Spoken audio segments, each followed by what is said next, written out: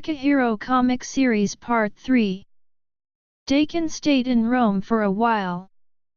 Eventually, he left to go to Tokyo, where he was looking for Muramasa. However, when he was there he encountered the newly revived Franken Castle. Dakin barely survived his encounter with Frank Castle, but his new form made him even more deadly. Wolverine interfered, but Dakin nearly killed both of them by using the Bloodstone to recreate the alien, Exo-Mind. He then went to Milan, where he had a fashion designer make him a new costume. When the suit was finished, he killed the designer and moved to San Francisco, where he proclaimed that his time had come, and to beware the fury of a patient man. In San Francisco he observed two opposing groups protesting mutant rights and concluded it was a waste of time and decided he was on his own side. Soon after, he ended up going to a fortune teller to see his future. The fortune teller revealed 3 cards to him: the Emperor, the Tower, and Death. Dakin began stalking Melita, his father's current love interest. He followed her all the way to a bar and caressed the back of her neck. She quickly looked behind her only to find no one. Logan asked her if something was wrong as she was looking around nervously, and she replied it was just her nerves. Dakin thought to himself how small his father's world was and how it had no vision or scope. Dakin wanted something else, something more. Later he battled Helverini, his demon-possessed father. The demon was expelled from his body on Logan's return from Hell. After being killed he went to the Fantastic Four, where he obtained a glove from Reed Richards that made energy claws. They battled Dakin only to reveal that he was an imposter. While on a ferry in New York City, Dakin found out that Bucky Barnes, the current Captain America, had been the Winter Soldier and targeted him. Dakin then traveled to Madripoor, where he confronted Tiger. Dakin's plans to undermine the criminal underworld of Madripoor were falling into place when X-23, his father's clone, arrived hunting a shadow from her past. She found herself facing off against Dakin, the new king of Madripoor's criminal underworld. The two battled to prove who was the better fighter. Neither could gain the upper hand due to their shared healing factor. They joined forces to hunt down Malcolm Colcord, the man responsible for countless reincarnations of the Weapon X project. Dakin was forced to decide which side he was on, and X-23 was forced to decide if she could trust him. Deadpool was finally ready to kill himself and sought out Dakin's help in finding the serum that could negate mutant powers. He asked that Dakin use it on him. Once he found it, Dakin believed this was too good to be true and turned him down, wishing him luck. Dakin later spoke with Tombstone, who originally ordered the hit on Deadpool as he tried to find out about the serum which negates mutant powers. Tombstone refused to speak about it. Dakin went to Los Angeles to build something of a life for himself there. He tried to take over the city's criminal underworld, becoming an L.A. Kingpin. During his mission he met and fell in love with FBI agent Donna Keel.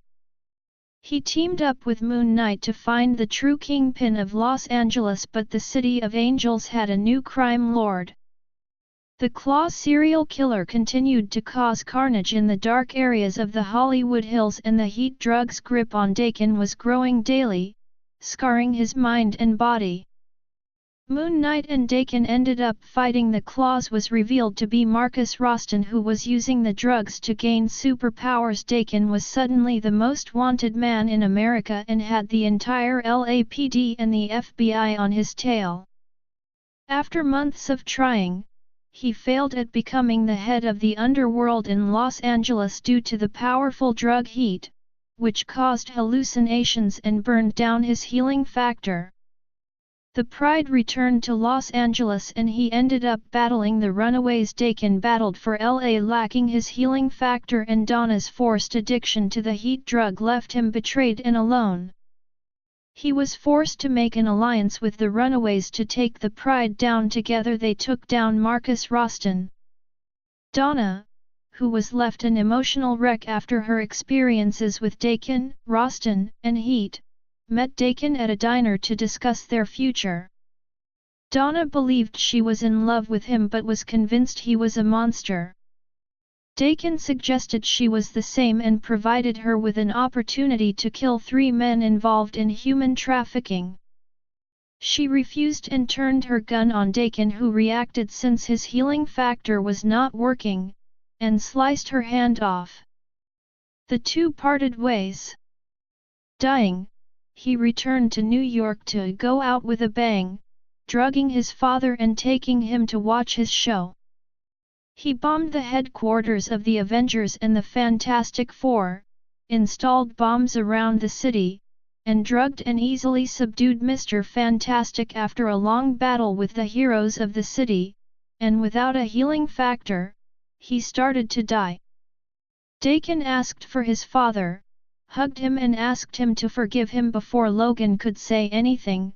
Dakin said he was actually sorry for putting a bomb at the Jean Grey School for Higher Learning and immolated himself with a bomb, leaving no body to bury.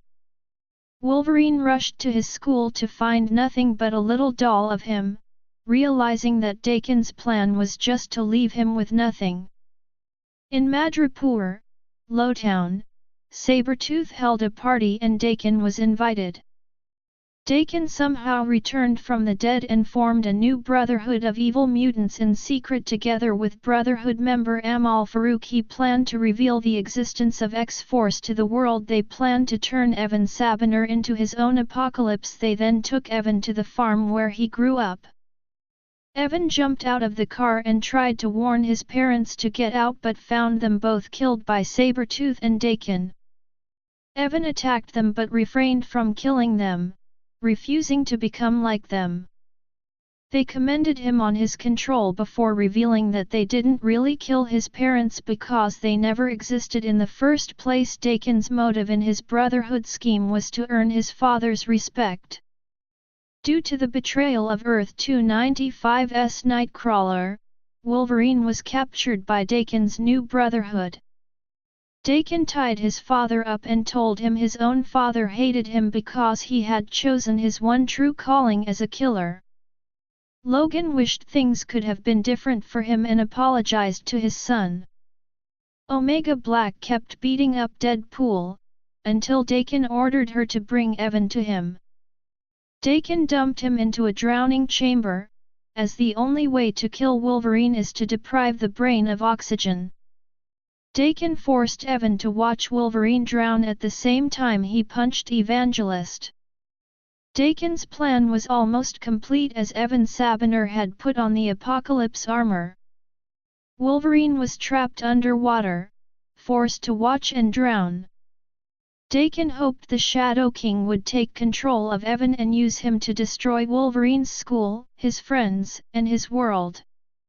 Then the Brotherhood would spread the word that this was all due to Wolverine's Black Ops Kill Squad, destroying his reputation. Dakin believed in the end, bad people did bad things simply because they were bad. Deadpool found Wolverine and resuscitated him. Wolverine immediately rushed to find Dakin, but told Deadpool to find the rest of the team and get them out. Wolverine found Dakin outside the base. The two men fought to the death. As the fight went on, Wolverine acknowledged to himself that he was holding back his animal side, as Dakin deserved to be killed by a man in full control of his actions. Meanwhile, Dakin was considering what he would say to his father, how he would explain that he had years of Romulus tortures to imagine what his life would be with the love of a father and mother. Wolverine got the upper hand by slashing Dakin. Eventually, Wolverine overpowered Dakin by drowning him. At the end of the fight, Wolverine knelt over the drowned, beaten corpse of his son.